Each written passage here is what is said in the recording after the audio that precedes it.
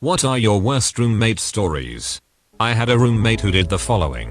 When the four of us won a decorate your door for Christmas prize, she demanded that the three of us hand her our cash prizes because her work had caused our apartment to win. She would never pay for groceries, then invite her friends over so that way she could cook enormous meals for them using the stuff that everyone else had purchased. She once drank an entire bottle of alcohol in one sitting, vomited all over the couch, and then left for a week's vacation the next day, leaving the furniture reeking of vomit. She believed in some sort of butt-backwards karma system where if she did something good for a stranger, that would allow her to take something from one of us. For example, if she helped an associate move a heavy piece of furniture, that meant that she should be able to get away with not buying any groceries for a full month because she learned it by helping her friend with moving furniture. She once agreed to give a mutual friend some of my extra clothing because she was headed to the building where that friend worked. She then gave that clothing to a stranger instead. She would borrow money and then never pay it back.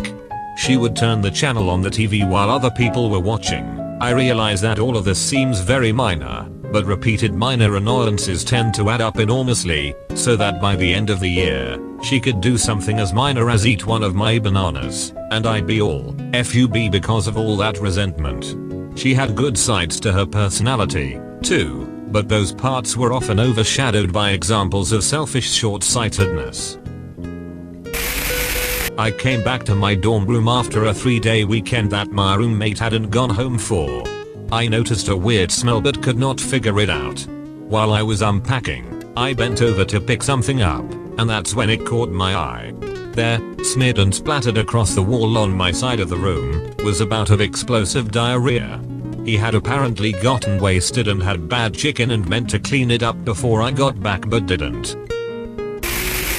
Not mine but friends with a guy whose roommate hides food plates under his pillow. Dirty food plates.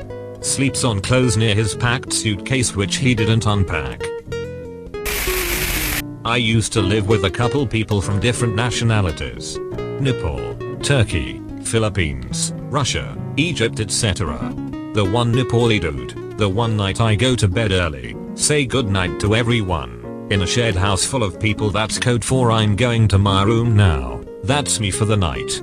Couple hours later, some point I feel this odd sensation. I wake up, roll over and this sucker is sitting beside me on my bed. I click my lamp on and he's holding a plate of food in his hand and he's like dinner. I said thanks, put it on my bedside table and said goodnight again, and then he just sat there smiling. My smelly college roommate met an older single mother, late 30s, in a chat room. She flew out from across the country to stay in our dorm room while I was away on vacation. I came back and found used condoms and blood all over my bed. My old roommate was such a slob that we had a full cockroach colony living behind his electrical panels and in the wall along his side of the apartment. Dude would leave plates and glasses with food drinks for weeks on end until his mom would come and clean his side, so it wasn't a big surprise to me when I got the call after our lease had ended. Suffice to say, I'm glad that I have my own spot now. I had a roommate in my early 20s that was drunk, got angry and punched a wall. He hit straight sheetrock, and of course his fist went right through it. He was surprised at how easy it was, so he did it again. Then he tried it with his left hand. Then he called our other roommate over to try. Mind you, both of these guys had their parents paying their rent. I came home from working a closing shift at a restaurant bar to this. We covered the holes and they swore they'd get it patched up before the landlord, who lived in the other part of the duplex, got back from his annual 2-month ski trip. Of course they didn't, and he thought it had to be me who did it. Because the one guy with a full-time job and taking a classes must be the troublemaker of the group. My roommate after college was a complete lush. She'd drink 2-3 bottles of wine a night. She'd drunkenly eat my lunches I'd make for work the next day in the middle of the night.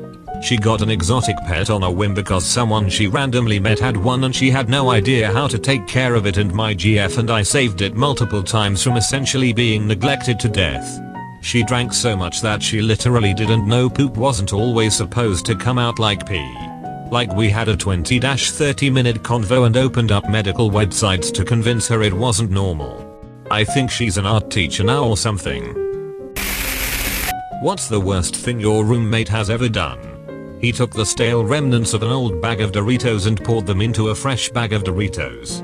The result was about 1 in 10 of the chips were stale. Not enough to make me abandon the new bag, but enough to taint the experience. Why are only some of these chips stale, I wondered, before realizing his trick. It's such a subtle prank, I'm kind of awed by it. I have had a truly heinous roommate, but this story is what sticks out in my head. It might not be the worst thing a roommate ever did, but it sure was memorable. I used to have a roommate who would sit in the living room and play PlayStation all day. So one day I come home and greet him. He expressed that he, a very hairy man, wanted to try to shave his entire body. I informed him, as a woman who shaves, that he was signing himself up for razor burn. He would be miserably itchy when the hair comes back in, and he should look into waxing instead. He ended up deciding it was too much work, and that was where I thought it would end. Until I came home a few days later. He's sitting on his usual chair, shirtless, and pink like a plucked pig. He decided F it and shaved his front. Except he couldn't reach his back, so he had a stark line of hair on his shoulders and down. Like a back hair cape. I told him that he was going to regret this decision. And regret he did. The poor guy was itching up a storm for weeks as the hair grew back in. He also clogged the shower drain with his hair. So yeah. Not the worst thing in the world, but I will never forget seeing this man's rosy red, naked chest with his back hair cape. Back in the early 2000s, I used to take the extended release form of Adderall. It came in a capsule. Totally unbeknownst to me, my trashy first roommate in college was opening up the capsules, stealing the contents, and filling them up with some kind of sketchy ephedra stuff. Since it was my first semester at college, I thought I was losing my mind from anxiety attacks.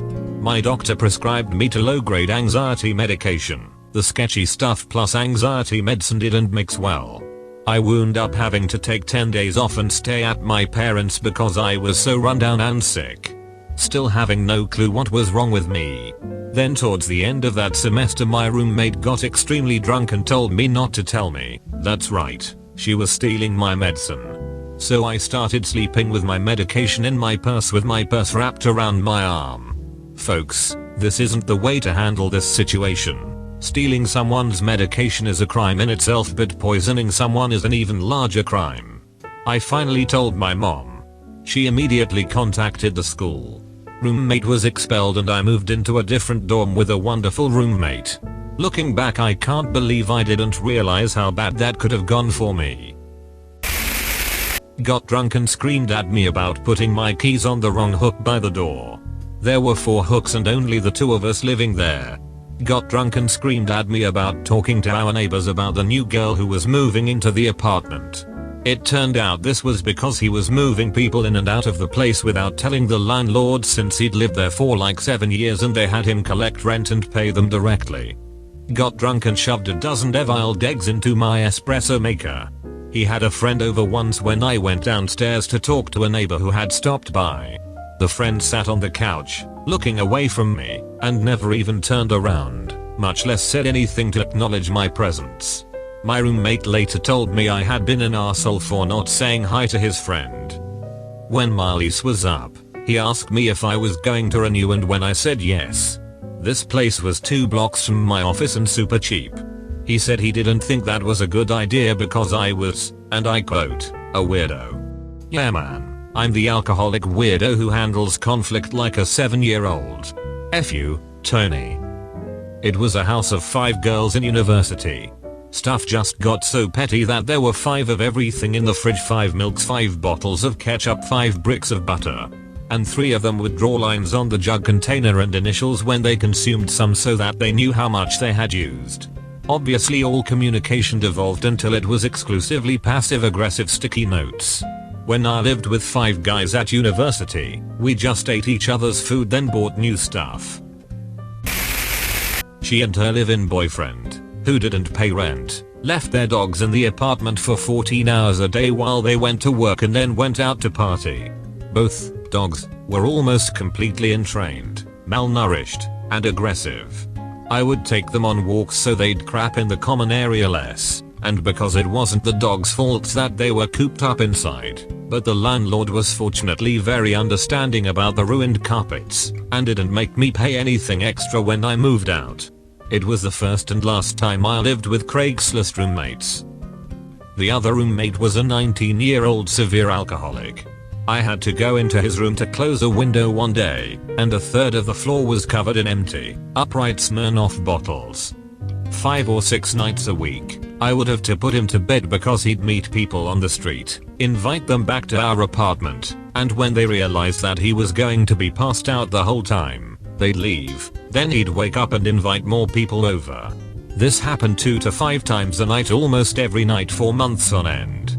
I don't know who was buying him alcohol, but I'd be amazed if he's still alive. I had this combo.